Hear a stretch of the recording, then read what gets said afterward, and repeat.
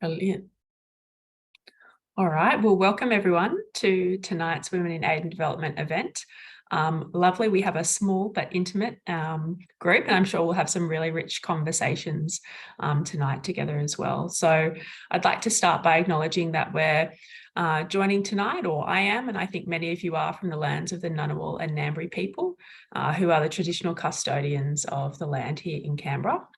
And I'd like to pay my respect to elders past and present, and also acknowledge that sovereignty over this land was never ceded.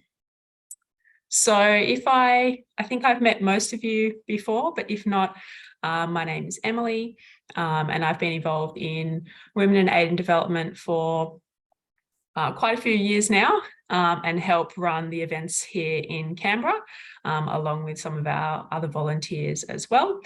And in my other job, I work at the Australian Council for International Development, or ACFID. So ACFID is the peak body for Australian NGOs that work in the development humanitarian sector.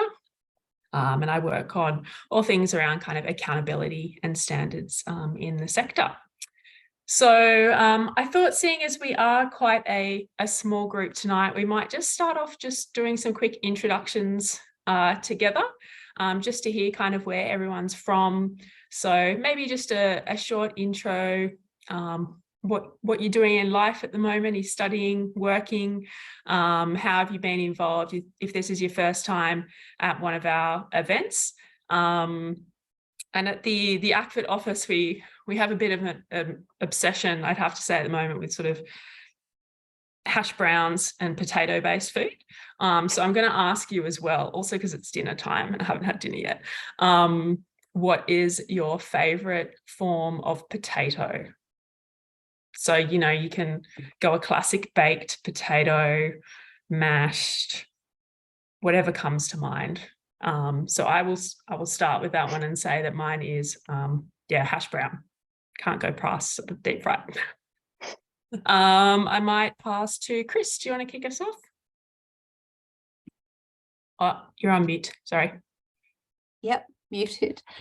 Chris, I'm chair of Women in Aid and Development. It's something that I got off the ground in 2012 with the support of lots of women in the sector. I'm passionate about women being enabled and supported in their careers to achieve leadership positions. And I also work as a company director. I sit on another couple of boards. I convene a group of not-for-profit chairs. I have a background that's a bit like a patchwork quilt. Forgot what else you wanted me to tell you. What have I been doing? I've been very busy doing lots of different things at the moment. With Women in Development, we have a new mentoring phase coming up. So if anybody would really like to be a mentor, we would love to have you. Fiona, I know that you're waiting for your mentor at the moment, and I'll be in touch with you very soon. And my favourite is obviously completely hot chips, as often as possible, with lashings of tomato sauce, because I was originally a bomb.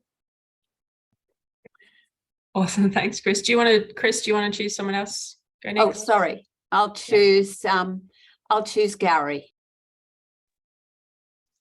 Hi everyone, I'm Gauri. So Emily, I love all forms of potato, but you got me thinking of hash browns, and I'm really dying for one now. So tonight, that's my favorite. So I have an engineering background and in civil engineering, and throughout my career, I've sort of done a bit of voluntary work and internships in the development sector. A few years ago, I worked in Africa and absolutely fell in love with the development sector and decided to bite the bullet and make a transition, which I've now done. I've done a master's in international development and sort of made a full transition and sort of working across road and water sectors. My recent adventures being some work in PNG and India this year, which has been fascinating. So I've been going along to this group for pretty much 8 years on and off, very sort of in a very unpredictable way. I sort of turn up and see Chris and meet all sort of forms of inspiring ladies.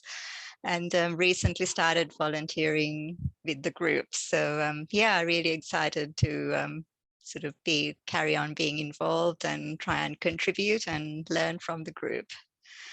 Thank you. I'll pass to Nicola. Hi, I am ACFID's Business Director. I've never been to one of these before. Emily sent out an email saying who the speaker was, and I was like, oh, sorry, I've also got Kat here. And I thought, Tina, I'm pretty sure that I saw you speak at Queer Stories once. I'm not sure. I did a quick Google and I'm pretty sure it's you. So I was like, oh. I did speak at Queer Stories, so could be me. Yes, so I'm pretty sure I saw you speak at Sydney, and I was like, oh, that was such a great. So I'm here less for the development and more to hear you speak again. Oh, thank you. And apologies for the cut. I have to nominate somebody. Sorry, Fiona or Tarina. I'm not sure which one of you wants to go, and I can't see Fiona. Sorry. I'm happy to go. My name's Tarina. Thank you. I'm currently in Canberra for a 2-day workshop at the ANU on gender and development. Today was day one. It was really interesting. And I'm a director on Women in Aid and Development on the board. I'm also a director on Results International, an advocacy organisation that does a lot of work in the Pacific. Between roles, left a job after 9 years, about 3 weeks ago, in the development space, but in Australia. But similar to Gary, I lived overseas. I lived in Southern Africa for 11 years. So I have a community development sort of running through my veins, but both in Australia and abroad. So yeah, great to be here and lovely to meet you all. Fiona, over to you maybe. Hello, everyone. Sorry, I'm camera off. I'm sort of eating and also look like death. So I thought I'd spare everybody the pallor that is going on in this situation at the moment. My name's Fiona. I am a student of Applied Anthropology and Participatory Development Program at ANU at the moment, and very, very gradually making my way towards the finish line with that one. Background more in, so undergrad and postgrad, other qualifications were sort of more focused on international studies and also human rights law and development. And so I've always kind of been interested in the sector, but not really been able to kind of get into the kind of work that I'm interested in. I've mostly been doing communications work and lots of volunteering and things like that. So I'm hoping to start to get more into the program development and management space, that sort of thing. And yeah, currently in a completely unrelated, well, not completely, but relatively unrelated, working for government, doing web publishing for the Department of Agriculture. Favorite potato, definitely cheesy fries. At the moment, I'm in a deep like potato to cheese ratio that is embarrassingly skewed towards the cheese side of things. But you know, I think potato and oil are just like an absolute match made in heaven. So you can probably give me any potato and yeah, douse it in oil and I'll be happy. So yeah. Sounds reasonable to me. Yeah. Totally. And Tina, we're going to hear a lot about you tonight, hopefully, hear your own story. But did you want to do just a quick intro? Yeah, sure, thanks. I really appreciate the question about potato as Ukrainian, because like that's, you know, the core of the food everywhere. So it's really hard, but we fry them a little differently with a little bit of pork belly sort of on top. So that kind of sounds even more fattened, but really, really good, because that's sort of how you're supposed to survive through winters and stuff. So yeah, potatoes are totally the favorite food. So I am currently on my study leave, so trying to pull the thesis together. I'm my last week of my study leave, and the more I do it, the more I think I don't know anything anymore. I still have one more thing to go, the chapter to submit before October this year. So I, in my thesis, I work autoethnographically on the narratives of queer refugee women about their experiences of violence, and then how violence is narrated in here. and what power relations it shows when women do that. I also the co-founder of the Forcibly Displaced People Network. That's the only Australia's LGBTQ refugee-led organization. And to pay my bills, I work for the government as well. I'm the lucky kind of one in that. I work for ST government specifically on LGBTQ plus policy. But that's still the job that pays my bills. And I can't talk about it today, being on leave from work. But yeah, I'll be happy to. There's still kind of lots of learnings in social policy space from that space again as well. So I can kind of talk in abstract terms, not about the government. Brilliant. Thanks, Tina. Thanks, everyone. I always like the potato question because there's always someone who comes at it with a dish that I've or an approach I've never tried. So, and I love pork belly. So how can you go wrong? So as you know, the topic for tonight is intersectionality or intersectionality in practice. And it's certainly a term that comes up a lot in the international development and humanitarian sector and more broadly as well. And it's also been raised quite a number of times by the members in Women in Aid and Development as something that they'd really like to talk about. And I know in a lot of the other cities, they've had some really great discussions in the last week as well. So it's clearly a topic that people are thinking about and interested in, which is really great. So I guess as a really brief intro, but intersectionality recognizes, I guess, that our lives are really shaped by lots of different factors and identities and the relationships that we have. And between them, they create these sort of intersecting forms of privilege or discrimination and oppression in some cases, depending on the sort of context and power structures that are involved in that particular person's life and in the social setting and cultural setting that they find themselves in.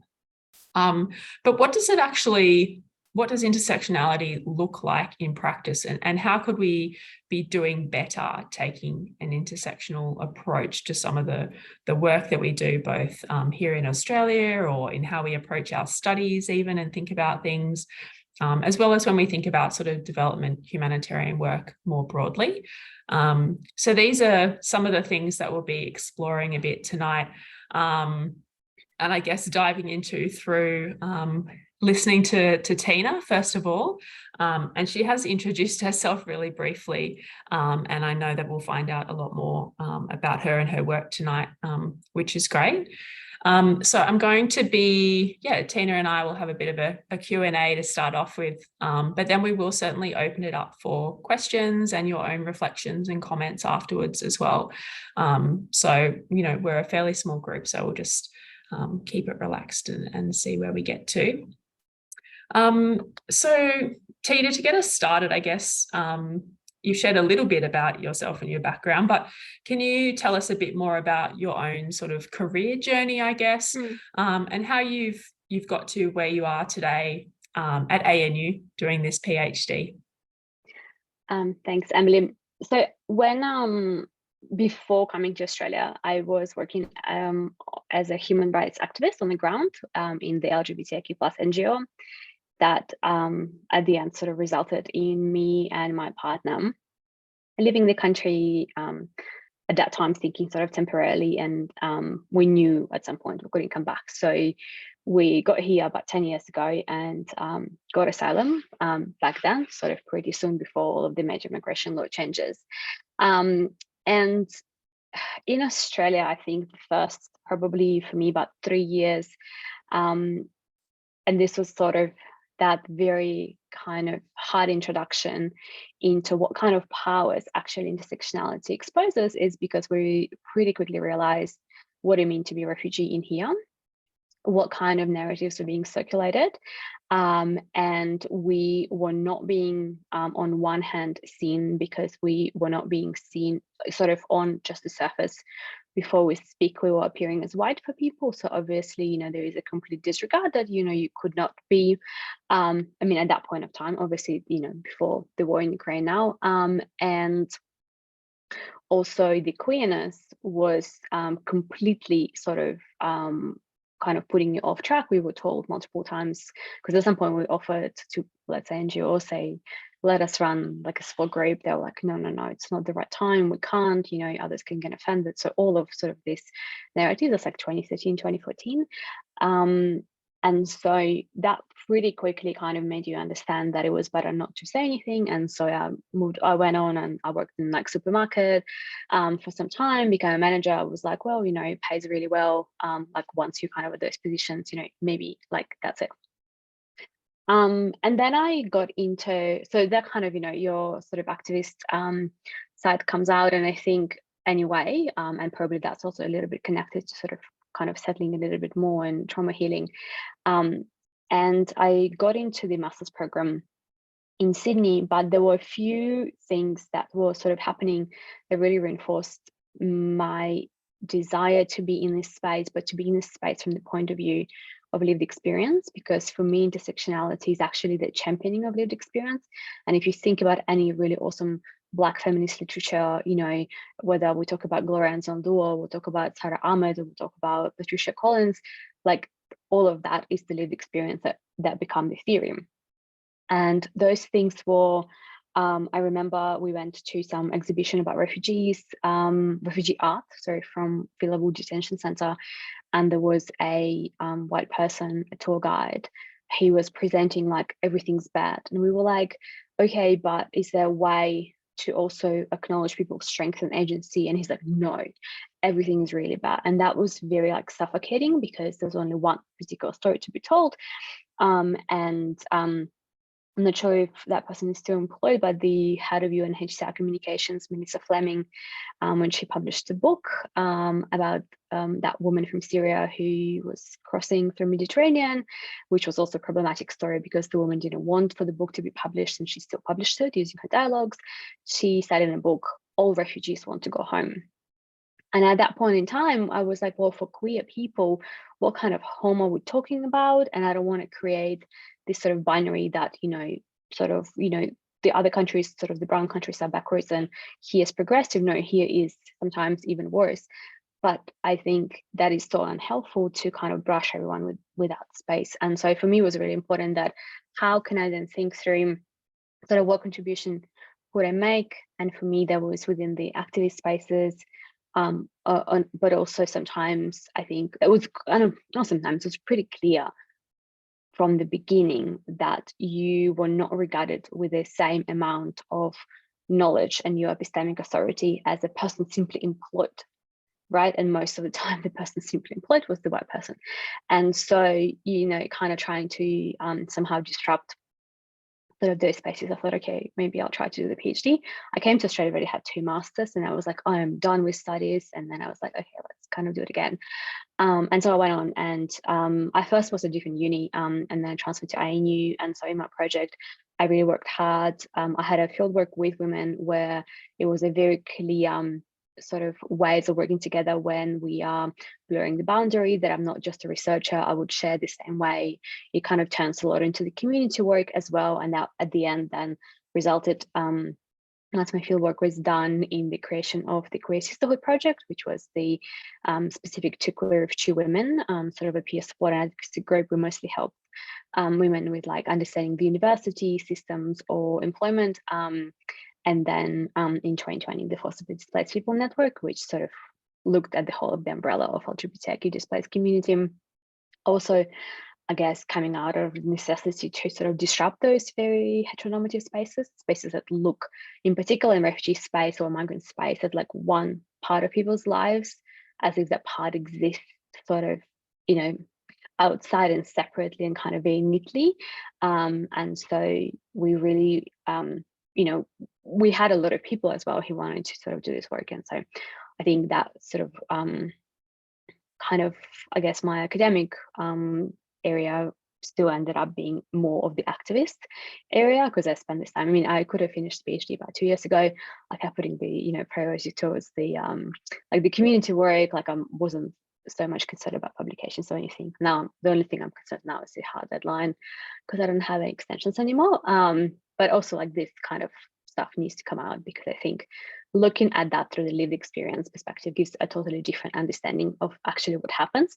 And it's not about reinforcing the differences in people, it's about actually showing what kind of power comes out and what kind of relationships come out when, especially with the context of intersectionality, when we are not sort of, when we just think treating people as simply different and nothing else, but like it's not because they're different, it's because we're operating in systems that make them such.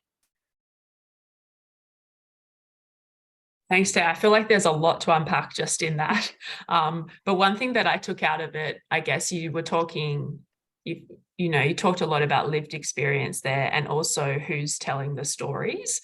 And one of the things I find often, at least when we're looking just at sort of the development and humanitarian sector, is the concept of intersectionality is often tied up with the concepts of people's experience of marginalization or vulnerability, and not necessarily from like that strength space or looking at it from the power that comes in telling your own stories and things like that. So I think that's a really interesting, like maybe there are some misconceptions and things as well around what the term means and in how it's used in our sector, at least. But I wonder if you touched on it a little bit, but if you could expand, like for you, what does just even the kind of term intersectionality mean, or how would you explain it to someone who's sort of coming at it for the first time? Like, are they key things that you'd want them to kind of know about, or kind of fundamental principles or something to think through? Yeah, and I see the term being sort of both overused and misused. And I think very often intersectionality gets to be reduced to simply diversity, right? But even that for me, like it's kind of a problematic term, because again, there's a one measure against which we sort of, whether that we're talking about gender or race or sexuality, against which we kind of measure who's different and who's not. And so in that kind of sense, for me, intersectionality is about sort of multiple things. So for one is obviously the experiences that are co-constructed. So we can't really segregate gender from sexuality, from race, from disability if you sort of possess those experiences, because you don't experience them in some kind of singularity. And so being able to sort of see what that whole experience means, right? It is about the locations where that happens.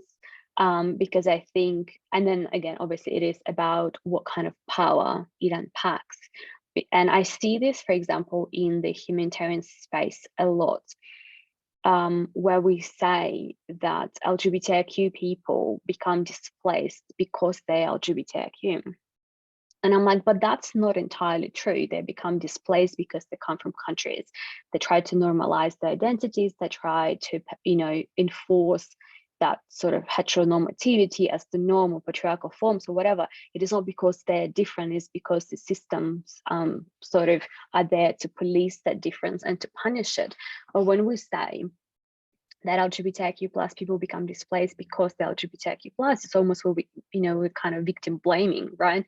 Like, oh, it's because of who you are, hence you become displaced. And maybe if you were not that, you would not be displaced, right? Like that becomes kind of a logical conclusion. And this is what I see problematic when we talk about intersectionality in that way, because we're actually missing kind of that view. And then the other problems that I see with the kind of, I'm sort of trying to turn into the definition, is where people actually choose what they want to focus on out of the range of identities, right? And a few years back, when the Global Compact on Refugees was being developed by the UNHCR, I was part of the gender audit team. And so our job was to specifically sort of document and quantify the numbers of gender. And, I got invited to the project because I had some previous experience with UN, obviously experience of displacement. I was queer, and sort of recording of sort of queer mentions was also encouraged, but even the whole kind of focus on just gender, even though we were like supposed to also record, let's say when they would mention people with disability or queer people, it was also kind of signaling, okay, we're picking something that we think is more important than something else. And in a whole kind of process, and obviously, there's lots of background to it of, being led by UNHCR and being sort of, I guess, forced sometimes for compromises because of state funding, sort of all of that aside, I think precisely because, and UNHCR obviously didn't use the language of intersectionality per se, it used age, gender, and diversity. But because, again, we don't mean one and the same thing, and people would pick and choose what they include, right? So the age, gender, and diversity by UNHCR refers back to their policy, and in that policy they do include LGBTQ plus people in, but then you would have a speaker who would say, oh, you know, and we're going to support age, gender, diversity approaches, which includes, and they would list some groups, and they would not have, right, queer people. So it would be sort of like, you know, picking and choosing what you want, as opposed to actually looking what it impacts. Because I think in particular with the sexuality, it doesn't, you know, if we talk about sexuality, doesn't mean we actually talk only about LGBTQ plus. There's so much scholarship about, you know, women traveling alone and pregnant women and how they're treated, and I don't know, the sexualization of bodies, and if you kind of seem that you want to be in sex work, like there's so much of that that comes back to sexuality, but again, because we're kind of not looking at it. So for me, I think what I'm more interested in when I am using the intersectional approach is actually what tells me. So if you've got a body that is sort of different, I know, like differently gendered, or you know, there's different race, what kind of, I guess, like what gets illuminated right in the room when that person is present there, because that kind of tells you a lot, and that's what's of interest, and that's what we need to undo, rather than just put a blame on a person that, like, well, you know, because of who you are, so that kind of happened to you. Thank you. Yeah, that's so interesting. And it reminds me as well often, you know, in a very practical sense of when we talk about it in terms of like doing, you know, needs assessments or understanding, and how there are definitely certain groups that are, or certain traits that are highlighted within that, even around gender, disability being the main ones, or kind of youth, or something to do with whatever it is that the focus is of that kind of work at that time. So that's, yeah, really interesting. I think how those different ones are valued, and in different spaces as well. Yeah, very interesting. So I guess we've spoken a little bit more broadly about the concept itself, but I know that you work as well in social policy, and don't need to go into government policies and so on, but I guess I was wondering if you could share with us some practical examples that you have seen about how we can take an intersectional approach when we're sort of either developing or evaluating social policy. And what do you think are the impacts of taking that kind of approach? Like one of the benefits or the challenges, I guess, and also of not taking that. So thinking about social policy a bit more. Yeah, I was thinking about good examples, and I was like, gosh, this is so hard, because I become like critical and I see people kind of losing, you know, particular aspect. But I think for me, the starting point is coming back to what I said about lived experience, right? So if we are doing the social policy, where are the experiences of people in that? Because that's the definition of social policy, that is, you know, it's going to come back to people. And on kind of this side of a not positive example, every time you see, let's say, governments doing the consultations, right, there's always this, you know, very, again, rigid segregation. There's a, you know, hopefully in best case scenarios, you know, consult with women, cult people, disabled people, Aboriginal people, LGBTQ plus people, if we're lucky. And so those particular spaces become dominated by particular voices. So in women's spaces, potentially you won't have any representation or a little representation of race, disability, sexuality. You know, in cult spaces, you won't have any representation of sexuality, that kind of stuff, right? So it, again, sort of becomes segregated, that while we did consult the lived experience, we again approach to it in kind of a very linear way, as opposed to trying to see sort of what is going to be. And, you know, like the gender budgeting for me is example of that, because we do a really great analysis what it means supposedly for all women, but does it really mean for all women? Or what if the woman is homeless or lives in poverty, you know, like what kind of actually that, you know, that then means kind of the budgeting decisions. And, you know, a few years back when there was that kind of funny but real analysis of, you know, but women drive on the roads, by the previous government. So hence, there's a gender lens. So the budget kind of, it sort of sometimes a little bit turns into that. I think the best way for me to approach this social policy development intersectionally is to actually try and assume or predict this impact for every different group from the start. And so a few years back, there's an organization in Australia, Community Refugee Sponsorship. He was trying to do the pilot, the replication of Canadian model for community sponsorship. And from the beginning, we were going to them as Possibilities Less People Network, and we kept saying to them, you need to consider sort of either the quotas for LGBTQ plus people, because we know that they're not going to be prioritized. If not, you need to consider training, specific mentions and specific parts of the training. And they kept saying to us, well, but it doesn't matter. We're like, well, but it does. Lots of evidence, it does. Then they'll say, well, because the idea is they just sort of provide training to a group of 5, they're sort of individual private citizens who will be supporting that person for a year.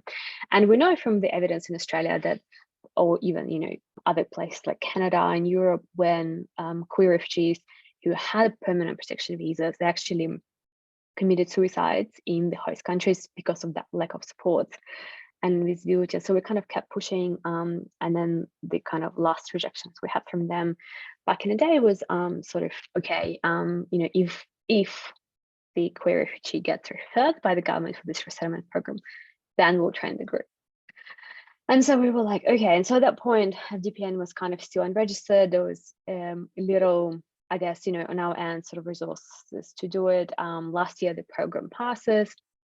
It's all fine. So what happens is their program does not have a single mention of LGBTIQ plus people in training. They run with hosts. So we came back to them, but this time we have a little bit more resources and we have funding. Like, okay, can we just partner with you, right? Like, we're already not even asking money. Like, we just have money from donations. We're going to employ this person and partner with you. And there's also happened in the backdrop that they came to us, said, oh, the government referred to us 8 people.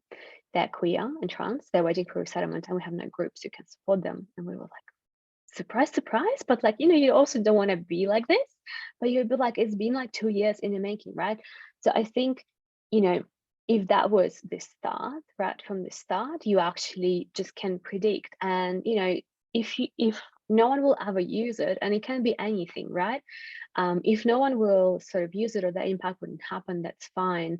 But I think the best intersectional social policy making is when we keep asking ourselves questions. Okay, so what does this mean, for women? What does this mean for women who are disabled? What does this mean for women who are disabled and on a temporary visa, right? Because a lot of the time, a lot of these policy decisions, when they're not thinking through that, and again, within the governments, you're supposed to tick those very singular categories in your business cases and kind of how you develop these policies. We end up in situations, especially in relation to visas and in contexts like family violence, and people can't access the housing because of their visa status. There's a big push now for development of specific LGBTIQ plus health services, and all of them require Medicare as a condition of access. So that kind of things like this, what they result is they continuously make some parts of society totally invisible, because we don't even tend to think. And again, the reason why we don't tend to think is because we don't practice intersectionality everywhere. So hence, who's our leadership? What kind of people are there at the decision-making capacities, right? What kind of connection to community we have, but also what kind of trust with communities we have. Because I know of a lot of communities who are like, we're done and dusted. We're not going to anymore go and tell you all of these things 10 times, 10 consultations in a row when nothing actually happens back. So I'm sorry, there's no kind of a good news story here. I mean, apart from kind of us stepping in and doing the work with the community sponsorship. But I found it kind of quite challenging to find really, really good examples how you would actually want that policy making to be.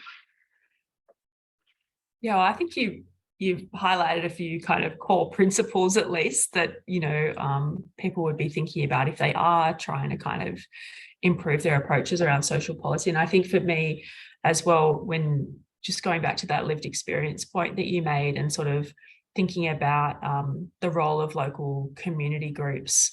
And I wonder as well if maybe you've sort of mentioned a little bit now about sort of forcibly displaced people network. And I wonder if you want to just share with us a little bit more about it and what you see for, obviously you see quite a big role for those kind of community, you know, grassroots based organizations that can provide that sort of lived experience knowledge into spaces like development and social policy, and maybe some of the barriers that you might have experienced through yeah, the development of that network, and yeah, what you'd maybe like to see in that space change to get more of those voices in. I don't know if that's too hard a question, but yeah. No, that's fine. Thank you. I guess coming back to my original points of sort of whose voices count and whose knowledge count, I had a little bit of, I guess, pink glasses on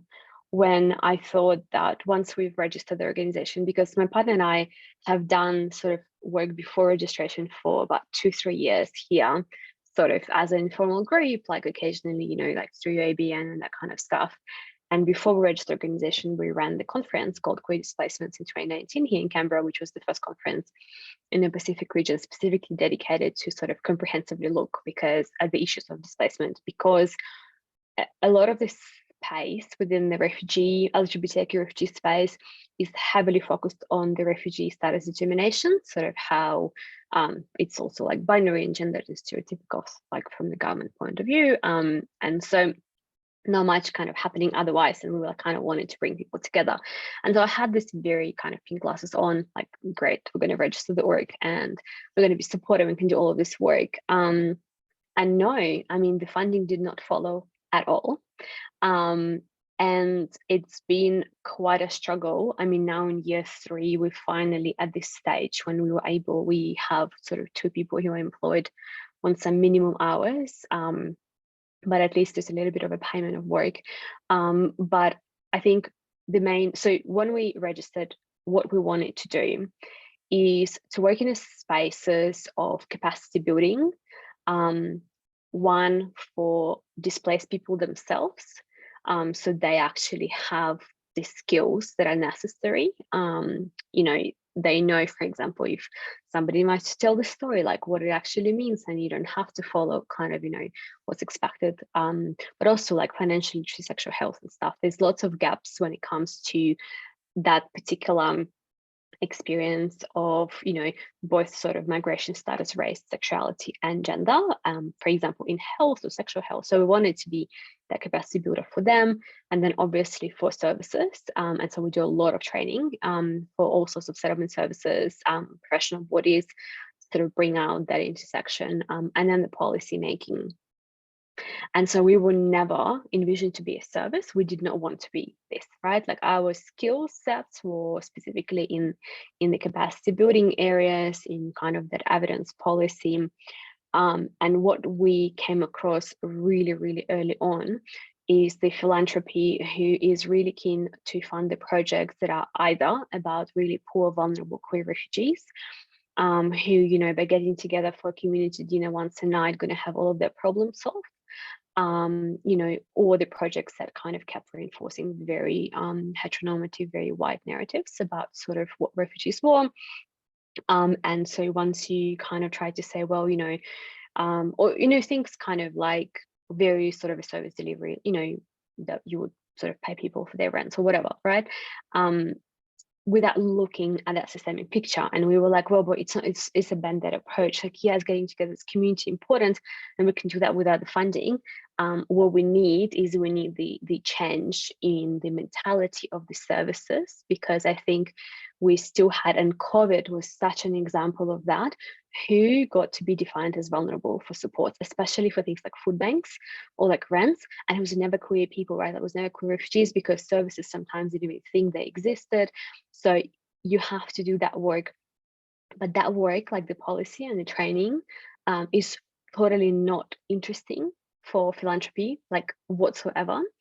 And then with the government funding, I mean, obviously it's scarce to begin with. And then a lot of the time we saw where you would apply for a grant, let's say 20,000, and you would say, we would produce a training module for this that's co-designed, any guidelines. They say, great, well, we'll give you 10, or you do the same. And at some point this year, we were like, you know what? I'm not going to take it. Thank you. I'm just not going to take, like, I'll wait until, like, for one, I really underestimated how much it costs, because you could only give me 20, so I applied for 20. Ideally, it would cost more, but I'm not going to do the same for half. And so it's kind of been a struggle, because with that resourcing space, because our issues are so cross-cutting and quite big, that is really kind of, you know, you've got people who can dedicate lots of time, but also you have to constantly kind of juggle, you know, the paid employments, and, you know, sort of this community work and demand is not ceasing. So this, I mentioned the community sponsorship. I'm going to send the link, because I think tomorrow our team member is running the information session. If you can maybe share with around sort of your groups of people. We've got actually people on a list ready to be identified and resettled to Australia. And so for us, we really wanted to make sure that those people who get a chance to come to Australia through this program, they're actually supported in appropriate ways. And so we offer quite a bespoke and sort of lived experience driven training. And the other kind of, I guess, also challenge is you operate in these spaces that I guess it existed before you, right? And we can't deny that, you know, obviously us coming as refugees, you know, I'm a citizen now, but whenever in spaces it's known, you're still not the same as somebody who was, let's say, born in here, right? And every time for us trying to engage with, let's say, the broader refugee sector and the refugee policy, and you say, you know, can we sort of look at this? Can we be more intersectional? Sometimes that is met with a tension. And I think because in the last few years, there is quite a big push in Australia for the refugee-led. So before we kind of go to like women refugee-led or LGBTQ refugee-led, for big push for refugee-led. And the refugee-led movement is openly saying, we're no longer here for the entertainment and storytelling on your kind of scripts and norms. We actually know the responses, the appropriate responses.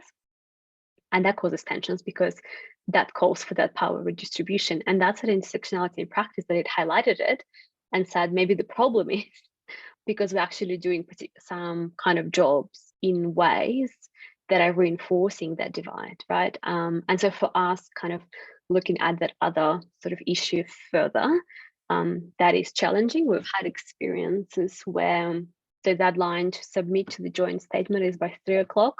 By 1 o'clock, we're there with the phrase LGBTQ, and you get an instant response. Sorry, it's been finalized and sent.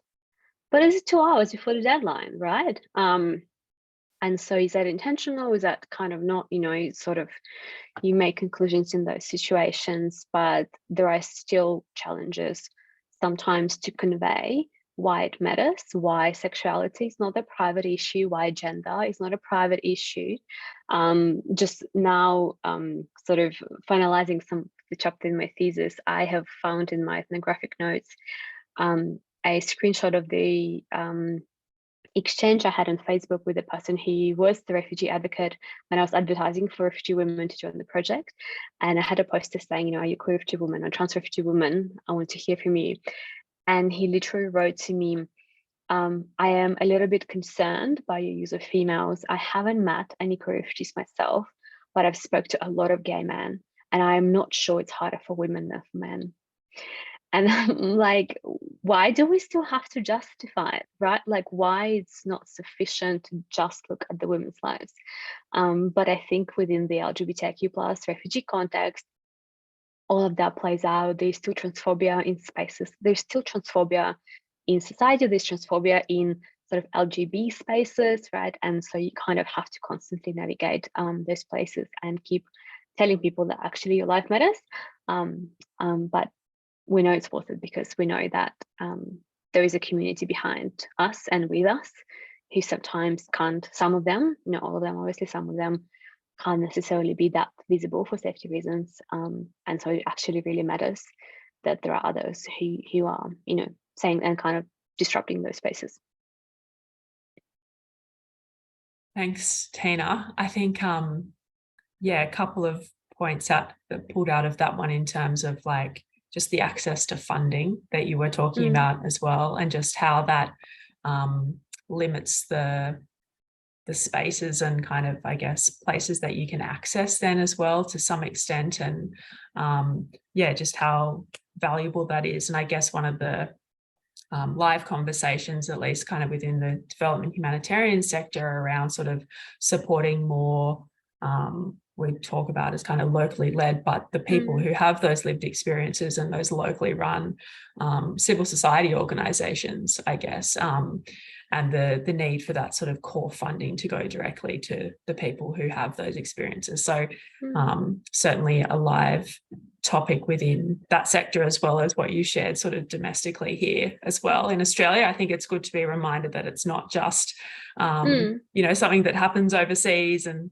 as part of international development. That's very much kind of also the case for, yeah. But it shows, you know, in Australia, so there is a research by Give Out, I think, in terms of how much money goes to LGBTQ plus charities, and it's only like 10 cents or 20 cents on every $100 donated goes to LGBTQ plus charities. And that's, we're talking the mainstream LGBTQ plus. Try disaggregating that by, you know, orgs working for Aboriginal brother, boys, sister, girls, you know, people of color. Like if the mainstream is only like 10, 20 cents per $100, like what goes? And their research was showing it was like about 80% of all of the LGBTQ plus charities surviving on less than like 10, 20,000 a year, which kind of means it's simply some, you know, catering money for like a few events, right? And I think there is kind of a logic to it as well. Who gets funded, right? Like what kind of work is funded and how much, and kind of how much things cost, and what kind of communities are consistently either underfunded or completely unfunded and left behind. Yeah, fascinating. I've just got a couple of questions left. So for the rest of you, if you're sitting there mulling over something you'd like to ask or comment on, we will come to that in a second. But I guess just to take us back quickly to, I guess, the development humanitarian sector. And I know that you've, you know, had some experience with that and sort of seeing how that operates as well. But do you, again, have you seen sort of any, and it's fine if you haven't, but any effective sort of intersectional approaches to how that work is done? And I guess we've already touched on a few of the barriers. I imagine they're quite similar, but what some of the challenges might be in that space as well, if there's other ones you wanted to share. Yeah. Back in 2011, I forgot the name, but there was an organization, I think, based out of either Thailand or India. He was supporting women human rights defenders to go to CEDAW reporting in the UN, and that would like offer this comprehensive training and pay, and you go and you're there, and they organize all of these informal events with the committee members, and sort of they totally help you how to put your case forward. So I was part of that for the CEDAW report for Ukraine as a civil society. And I think those kind of capacity building opportunities that are actually also led by another organization that's very much women's led and kind of grassroots based and very sort of diverse in the representation.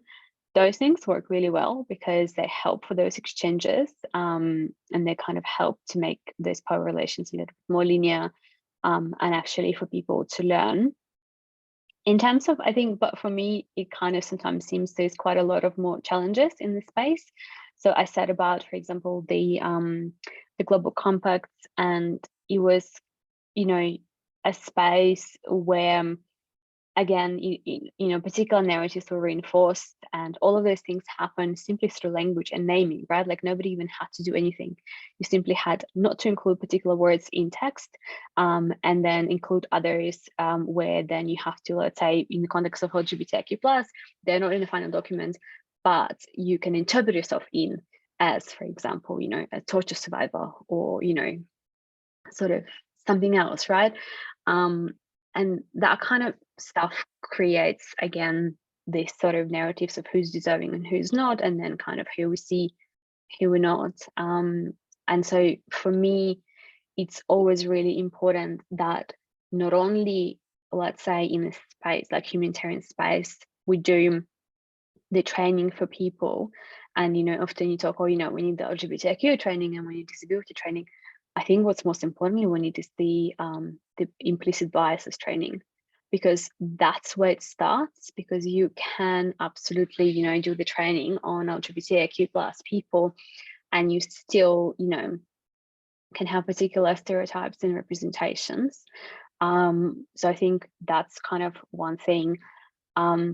I do believe, and I know that this is controversial, and I know that there were some people in another sector who got upset with me for when I say this, but I do believe in those really meaningful leadership opportunities, and kind of that shift of power, because we have in so many sectors these CEOs who occupy those jobs for 15, for 20 years.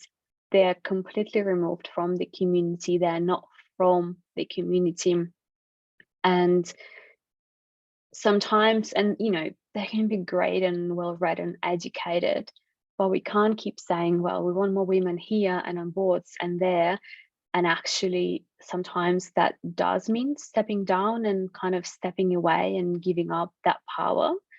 And especially, I think, in spaces like this where, like for me in humanitarian space, there's so much of that implicit bias that kind of goes through, because you don't even notice it, but you would kind of assume, like, being queer and refugee, I can't tell you how many times people would tell me, oh, you must feel so free here. And I'm like, you kind of know what happened to me. I wasn't necessarily super oppressed back there. But that kind of stuff completely closes the opportunity for you to actually tell like what it is and what you feel. But it also shows that people kind of don't know and miss those things. So I do believe that at some points, it has to be run by the community. If we're talking about particular communities, it has to be led by those communities. And obviously there could be sharing and mentoring and all of it.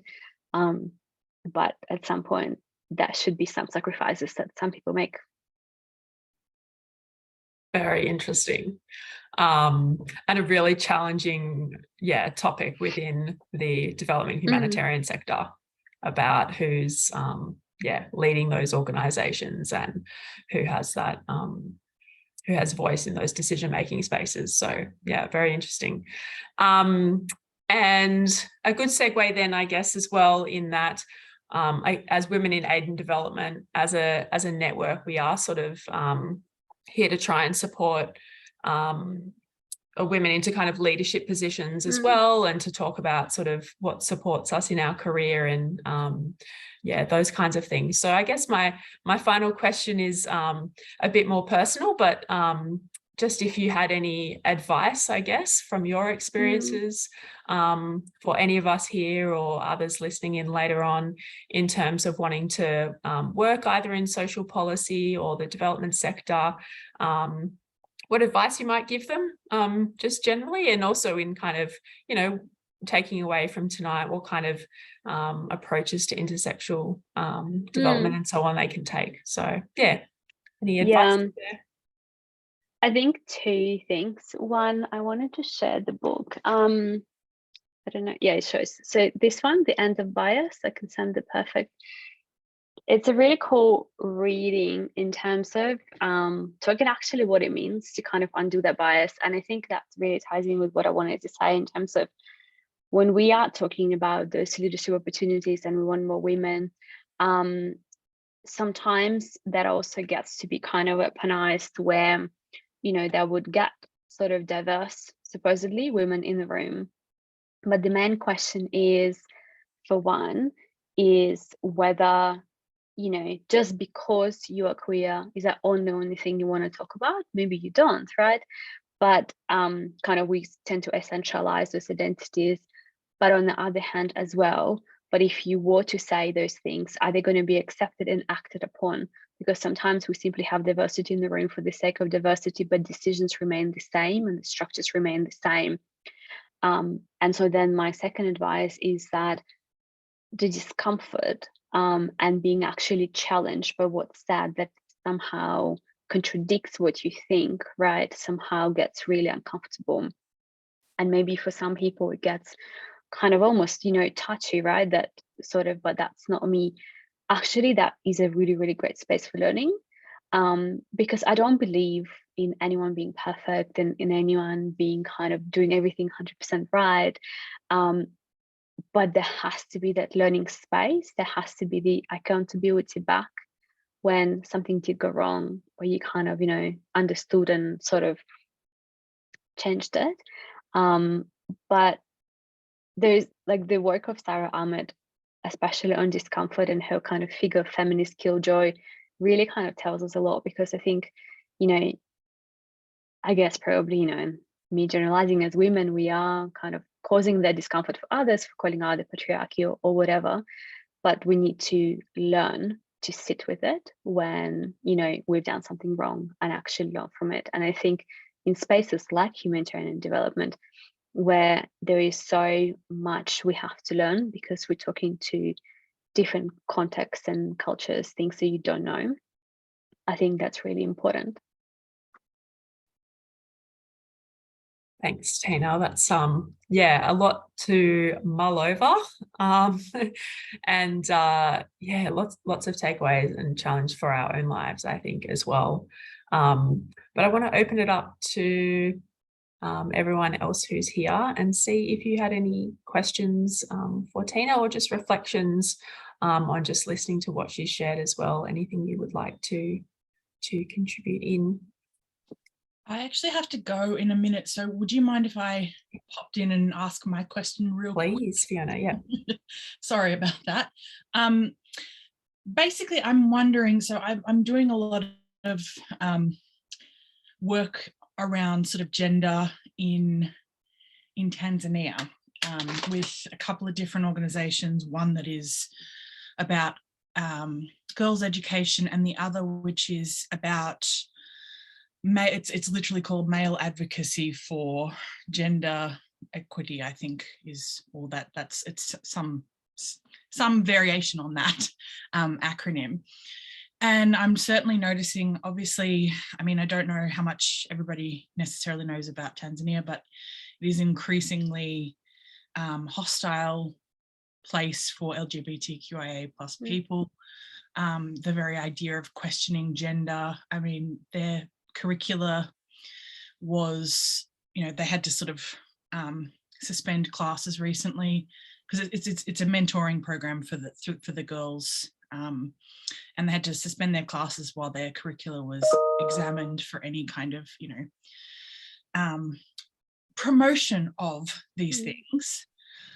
I guess I'm wondering, like, if you can't even sort of question the idea of gender or put forward the idea that there might be, you know, alternative identities, sexualities, sexual identities, you know, all of these things, how do you even begin to kind of navigate, you know, places like that? Because it's sort of in developing a lot of the resources and the bits and pieces that we're putting together for MAFCA, we're wanting to kind of try to start questioning some of these status quo ideas around gender roles. But to do that, to actually ask the question, what even is gender, is kind of gets jumped on, sort of thing. So yeah, I guess I'm wondering if there's any kind of, if you would have any kind of advice on, you know, when those intersectional identities are actively, you know, actively discriminated against. Is there any way to tackle that sort of surreptitiously, or I don't know? Yeah, thanks for that question. And I guess this is the challenge always, because sort of, for me, there's two sides to it. On the one hand, no matter what kind of oppressive regimes we talk about, there's always community-led work in advocacy and connection, right? I've got friends from Saudi Arabia who would use the gender kind of strict rules and subvert them, because that would, you're allowed to socialize with girls, and so no one ever knows that that's not a friend but a girlfriend coming to you, right? So kind of sort of that very much subversion in terms of using those rules against you in kind of creative but safe ways. And I think that's my second point, that safety is important in that, and not always it is actually possible in contexts like this, like you say, to include things in a brochure if that actually puts people at risk. So what are the other creative but safe ways to do that? Is there an organization that is community led that you could support, or tell that they exist, and then kind of it becomes people's choices. But I do understand that this is hard and challenging, because sometimes it's the question, yes, we want to do this, but will our actions in those contexts place people at risk of violence or not? And you kind of have to constantly sort of juggle that. But that's not to say that there are not creative ways, maybe just not in writing, not in brochures, but in kind of any other ways and works to be able to. Because I think sometimes in those contexts, what's even more important is to tell, like if you had a queer girl in that group, for her to know that she's not alone, that she's accepted or acknowledged. Sometimes just that like changes people's lives, because you said that their life was valid. But yeah, it's those situations that are quite challenging and tricky. And I see a lot of the time, for example, with Afghanistan or with Iran, when it is impossible to do the work safely inside, and then there's a lot of work that's being done by the diaspora outside, because that becomes the context when it's possible, because you're not going to get risk to your life, really. Yeah, for sure. Thank you for that. And I realize it's one of those impossible questions, obviously, because I mean, when the government and broader society is so hell-bent on making people's lives a misery, and there's already this kind of this kind of narrative around Western organizations bringing these evil values into our society, as if they haven't existed there for thousands of years, and in every society for thousands of years. Yes, but also it was the Western colonization that brought homophobia. Well, that's it. A lot of and those that's right? The second thing I always say. I'm like, I don't think the I don't think the what's the word I'm looking for? The queerness was brought. The queerness, yes, exactly. The queerness isn't the import; it's the homophobia. It's the import, absolutely. So yeah. Anyways, and this is the hard part, because it becomes a little bit of utopian thinking to kind of try and undone that. Absolutely. Thank you for that. I really appreciate your time and your thoughts on, and absolutely highlighting the fact that here in Australia, we think we have everything sorted out and worked out, and we absolutely do not. And it's ridiculous to think that. So yeah. Fiona, before you go, it's Tarina here. Yes. I used to work in Southern Africa in the late 90s, early 2000s, where there was absolutely no HIV treatment. I was working in HIV. Very similar. If somebody in the family knew that somebody was positive, stigma, the discrimination, the government was on board. I don't think we need to go into what the South African health minister used to talk about, remedies of HIV. Perhaps I encourage you to have a look at the champions and the model that where people actually in Tanzania, where they found champions to come and speak out. What did that look like? Who led that? So taking the model, and perhaps that may be able to just give you a little bit of I don't know, just some positive energy to go into it, because I do think it's going to be challenging for you, but very necessary conversations. But just see what models have come from other hard conversations in the communities you're working in, because I do think there's a real opportunity there to just learn from what some people have I guess streamed and broken ground in the past. And I wish you luck with it. Definitely, that makes a lot of sense. Thank you. That's a great suggestion. Thanks, Fiona. Thanks, Tarina. Were there any other questions or reflections people wanted to share? I I can have actually one. just, Please. sorry, you go ahead, Tarina. Thank you. Tina, I find it, thank you, first of all, for being open, for courage to share what you share. I know this is a safe space, but I imagine that you speak in platforms where it mustn't always be safe and feel comfort and comfortable for you and your partner. So thank you, first of all. It's fabulous to hear from you. I find it quite concerning, your earlier introduction around their staff member from Villawood. I have to go back to him or her. What can we do? Because like you, hopefully, you know, many of us spend time with like-minded people, but when we're faced with that, what can we do around that space? Or what did you do? Or what would you do? Or what could we do if we are faced with that sort of narrative? Because you know, that's where the training has to happen. This is the re-traumatizing of people's experience. This is where there's a real opportunity for people to, you know, who are in detention, who shouldn't be in detention. That's a whole other story. But just that staff member having that attitude is you know, how do you call that out respectfully and in a way that's not going to have any knock-on effect for the people that, you know, that they're looking after, in inverted commas? Yeah, I mean, respectfully is the key word, because sometimes I think those things kind of drive you quite mad that, you know, it's hard to find the words, because I think there's so much information, especially like now and today, and it is actually a choice to remain ignorant on particular issues, or it's a choice to remain kind of attached to like one single narrative and keep reinforcing it. I think the problem exists is that refugees are always either or. You're either the victim or you are this high achieving, you know, world-renowned surgeon. I mean, not to kind of, but, you know, kind of, you get my metaphor, right? It's either or. It is never just the person, the messy person, like anyone else, right? The good day, the bad day, kind of whatever. And so this becomes the problem, because then people are held to those standards. And if refugees either or, then only exist kind of those two either or stories. And it actually, you know, whenever you contradict people and you say, well, but, you know, excuse me, people get like so upset with you for doing that.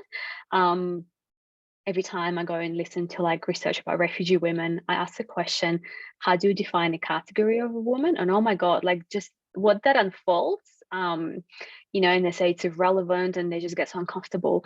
But I think it's, you know, it's about kind of questioning, but what do we mean and how can we say? Because, you know, even if we talk about refugees in general, people come from so many different backgrounds, and I even struggle to talk in general because it's different backgrounds, it's a different gender and everything, right? So how can we assume there's one story? And so I think kind of making the example, you know, if we would say all Australians are, you know, that would be half or whatever, he'd be like, no, that is not me. So why do we impose that, right? So just kind of trying to bring it back, but why? I mean, the reason why is because we created a narrative between citizens and the other, and all of those others, you know, just becomes one. But I think it's in a constant kind of education, but it's also in a constant bystander action and actually calling it out. I mean, at that time we didn't. At that time, Renee, my partner, still didn't speak any English, and so Renee was sort of upset, asked me to interpret it. I did a little bit, but kind of, you know, was sort of that, again, you sort of whatever, to people who barely can, you know, say a word, why we would care. I think now I constantly do that, but I do that in ways that I want to turn into the learning and into kind of like that, I don't know, pedagogy, right? Like, let's learn and do better. My supervisor told me about one of my chapters, but do you want to appear like you're complaining? And I'm like, well, but Sarah Ahmed wrote a book called The Complaint, right? So maybe I do. Maybe sometimes you actually do need to make a little bit of fuss to kind of bring your point. But I think it's in a consistent kind of solidarity work, because what normally really, really kind of feels like lets you down is that when those things happen and people who you actually know are supposedly supporters remain silent because it's not their issue, it's too hard, it gets complicated, but you actually do want people not to speak instead of you, but to actually be there to support in active ways. And sometimes that means calling out, because there are situations when I agree with you, when it's actually not safe to call it out, let's say for me, because it may have repercussions on my life or on people's life. And you actually do need a person kind of a step removed to be like, you know, it wasn't appropriate, or let me kind of tell you something. But yeah, it's just kind of that constant actual display of solidarity. Thank you. Gary, did you have something you wanted to share?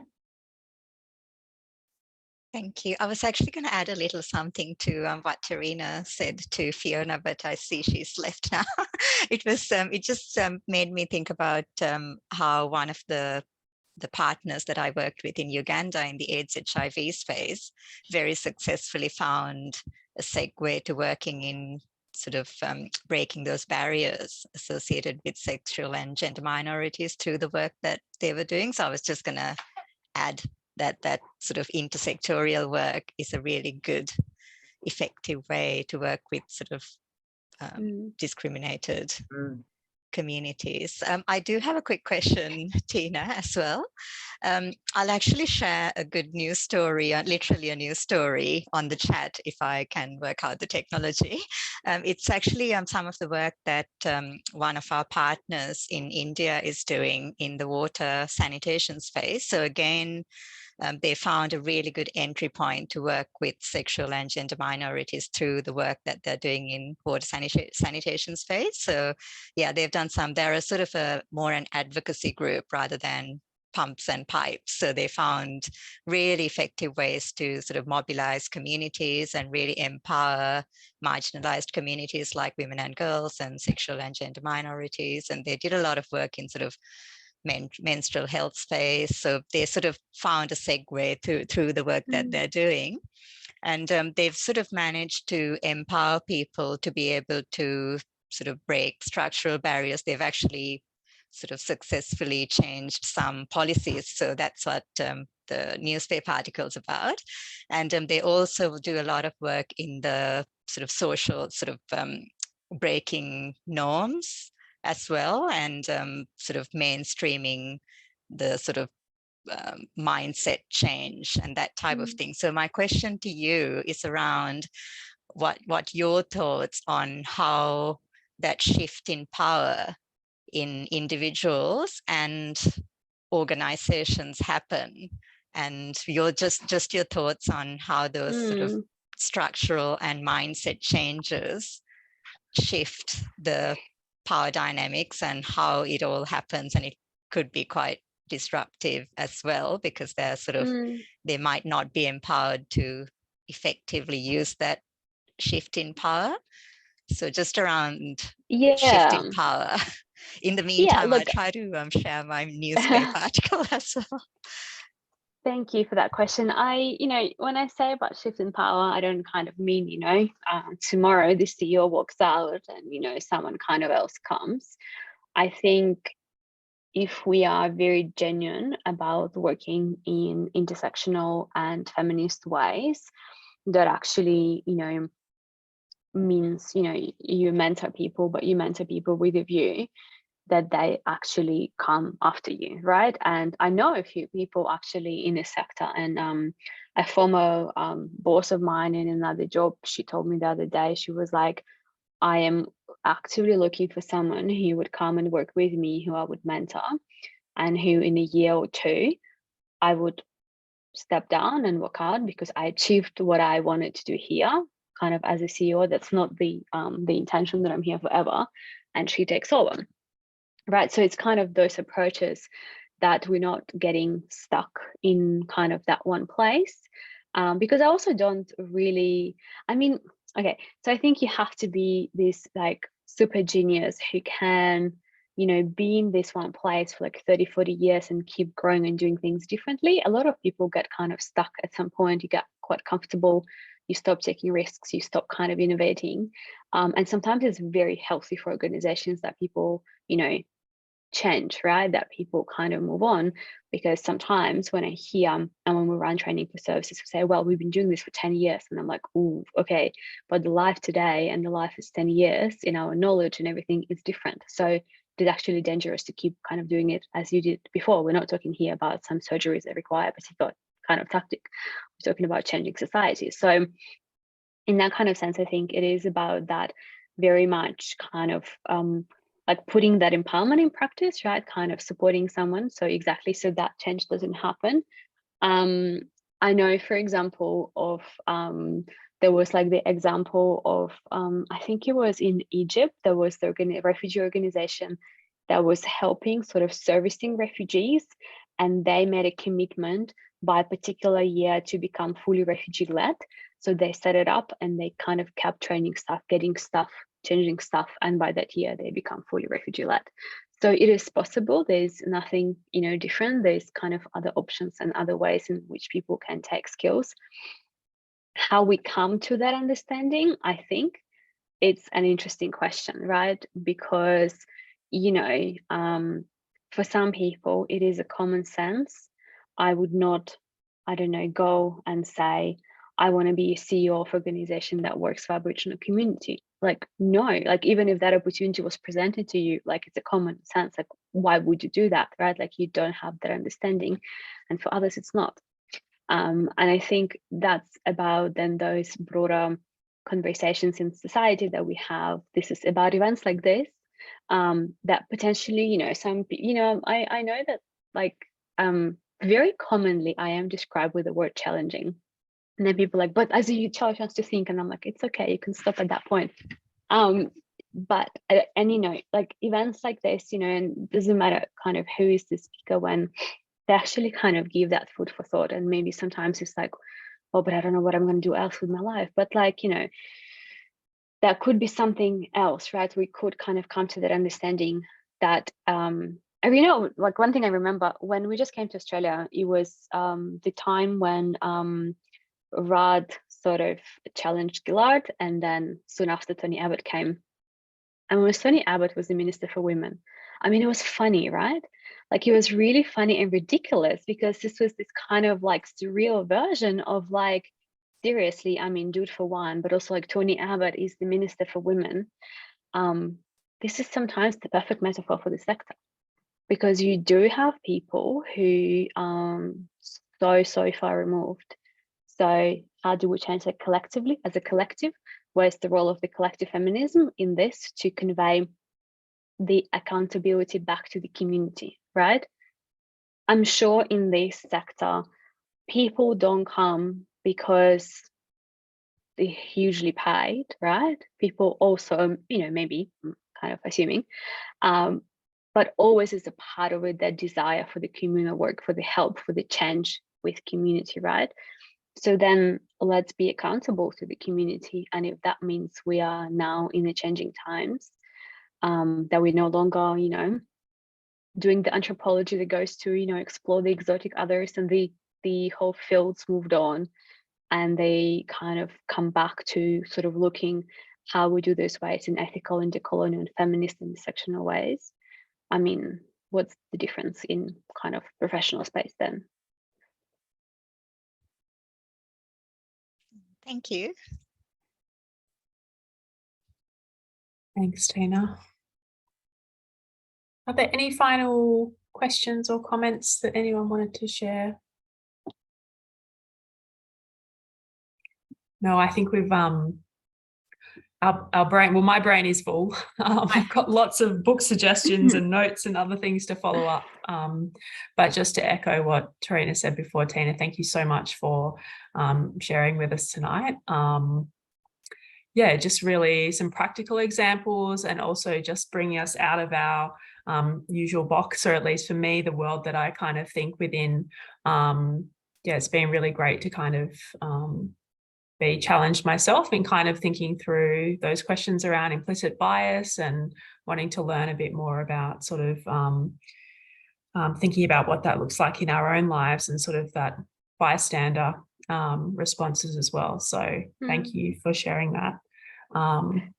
Thanks very much for inviting me. I'm gonna sort of in the spirit of everything that I send the link. If you can or want to share and, you know, donate $10, $20 to support of the work we do, feel free. If you're unable to, that's totally fine. But, you know, maybe some people can as kind of that, I don't know, thanks to the community that also is there supporting me and, you know, whose kind of part I am to be able to sort of keep doing the work that, you know, we try to do. Thank you. Thanks, Tina. Chris? Can I just say thank you too, Tina? That was really interesting. And I've been to now 3 of the events. I was in Brisbane on Monday and Sydney last night. And it's just amazing. This area is just so big and so much to learn. And your approach to it has been really refreshing and really interesting and really disturbing in some ways too. And so really thank you for that. And I want to thank Emily too for facilitating and organising. Thank you. And thanks to everybody for coming online at the last minute. And Nicola, thank you so much for bringing your beautiful puss to share with us. I'm so sorry about that. No, Chris I is love Chris. him. Yeah. I'm a cat tragic. I shut the door because I've got a 20 months old red heeler who is deaf and who doesn't understand how loud she gets, but she likes to make dramatic like kind of things when she's annoyed that I'm not paying too much attention to her, and she would generally jump and kind of stand, put the shoulders like paws here. So when COVID started, I had one dog which was she still is here, she's very old. And I was so jealous of people whose cats and dogs were interrupted the Zoom calls because like Sandy just barely walks and sleeps on the couch the whole day. So Sky makes up for it. I kind of, at some point, I'm like, I just stopped apologizing. At some point in the meeting, she just like climbs on me. She's 25 kilograms. I become behind her, like you can't see me anymore. But that's like the beauty of the work from home. That's exactly right. It's just fantastic and refreshing to show that we have multifaceted lives, don't we? Yeah, That's right. Yeah.